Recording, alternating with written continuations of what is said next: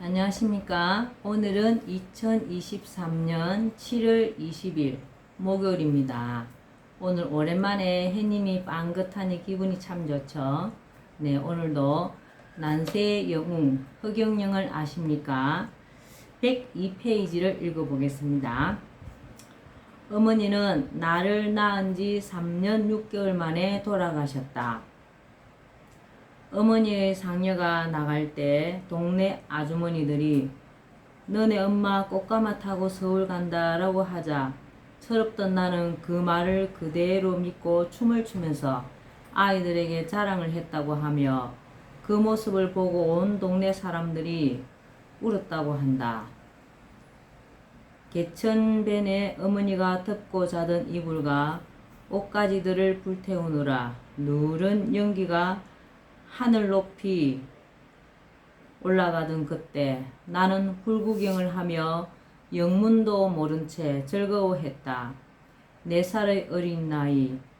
그때는 어머니의 죽음을 채 알지도 못하고 어머니를 떠나보냈다.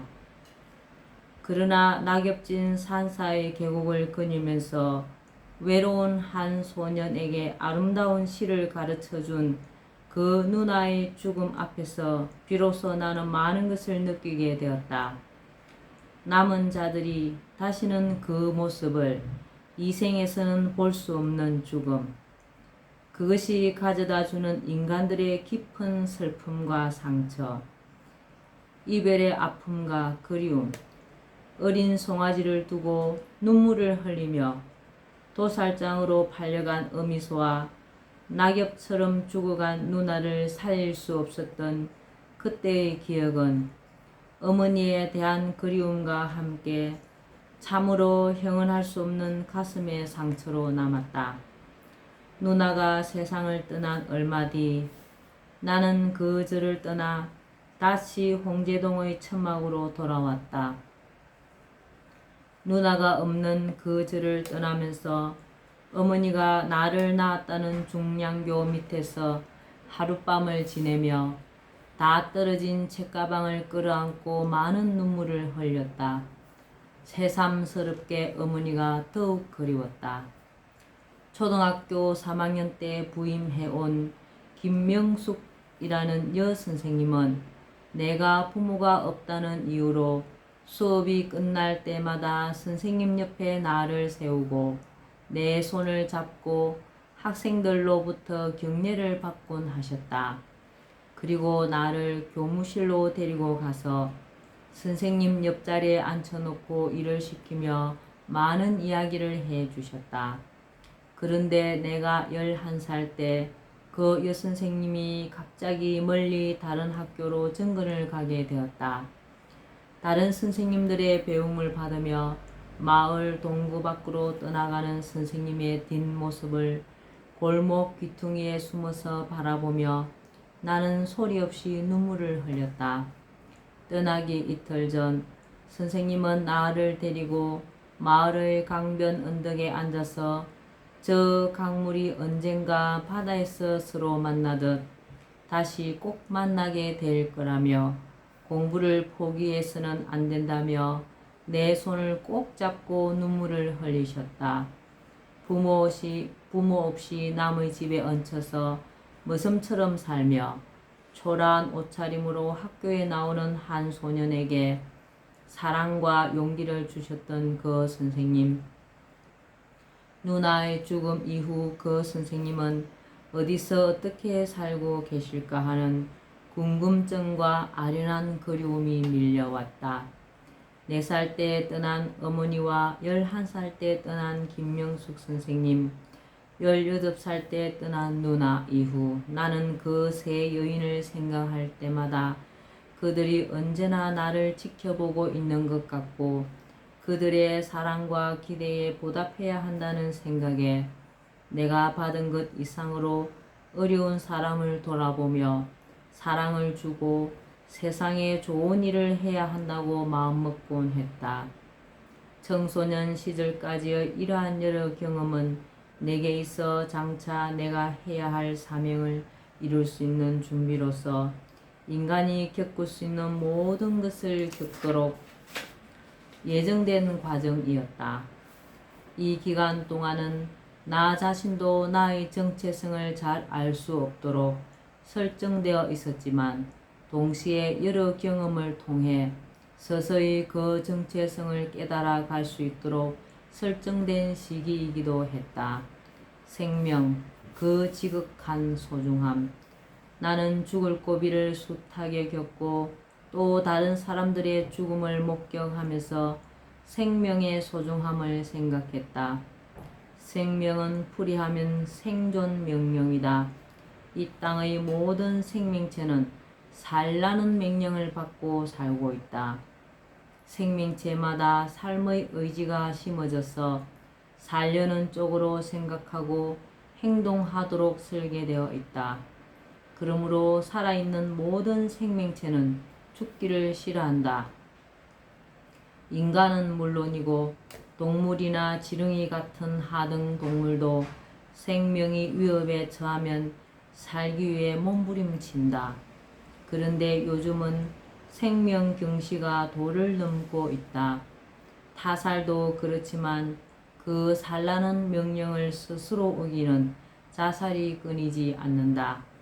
생활고를 비관하여 자살하는 사람, 사업이 망하거나 과도한 카드빚을 감당하지 못해서 자살하는 사람, 우울증으로 자살하는 사람, 입시 지옥의 스트레스 속에서 학교 성적을 비관하거나 학교 폭력에 시달리다 자살하는 청소년, 인터넷 악플에 시달리다 목숨을 끊는 유명인은 물론이고 심지어 정치인들까지 비리가 들통나거나 사회적 비난에 몰리면 자살 카드를 꺼낸다. 생명을 거스르는 현상이다. 물론 이러한 현상은 개인만의 잘못에 있지 않다. 국가와 사회의 책임이 없다고 할 수 없다.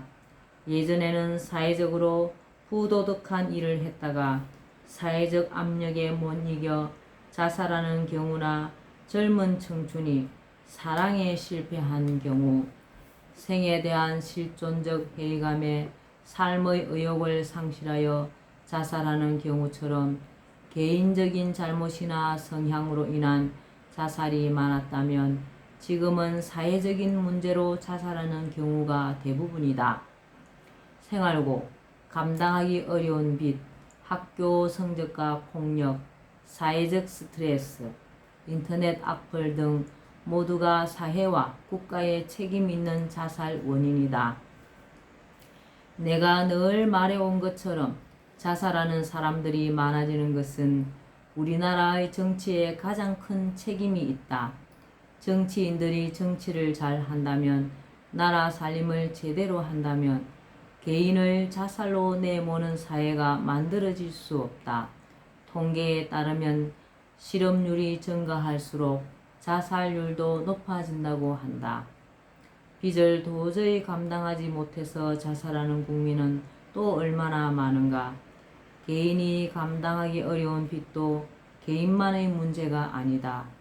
국가가 부동산 값을 안정시키지 못하므로 계속 오를 집값을 염려하여 대출을 내어서라도 집을 사느라고 빚을 진다.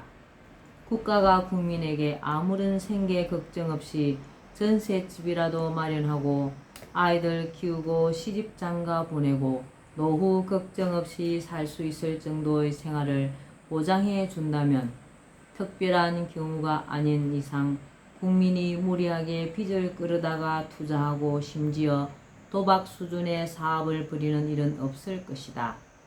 경제정책을 잘 세우면 설령 국민이 빚을 내서 벌인 사업일지라도 흑자를 낼 수 있다.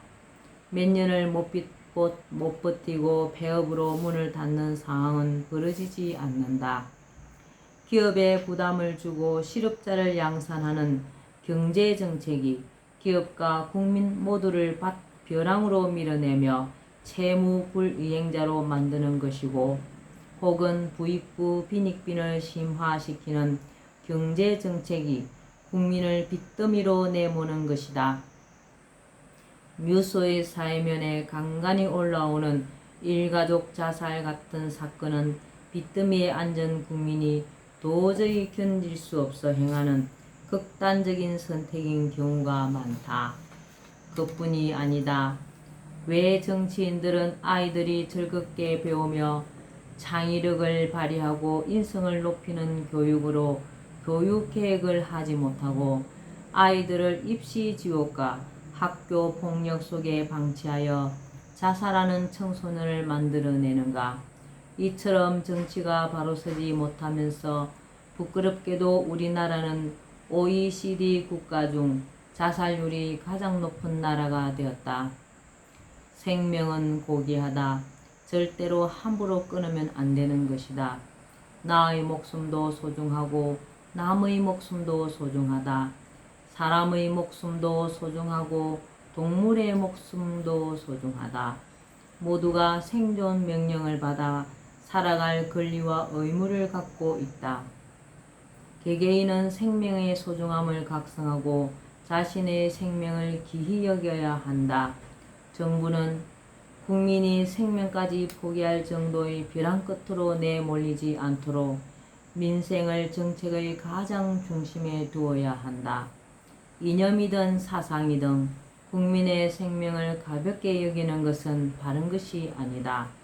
국민이 안정된 생활을 할 수 있도록 하는 것이 정치의 근본 목적이다. 국민이 안정된 생활을 할 수 있도록 하는 것이 정치의 근본 목적이다. 예, 우리 허경영 시인님의 정말 국민을 사랑하는 마음이 이 책 속에 많이 담겨져 있습니다. 난세의 영웅 허경영을 아십니까? 오늘은 여기까지만 읽겠습니다. 오늘도 즐거운 날 되시기 바랍니다. 감사합니다. 허경영.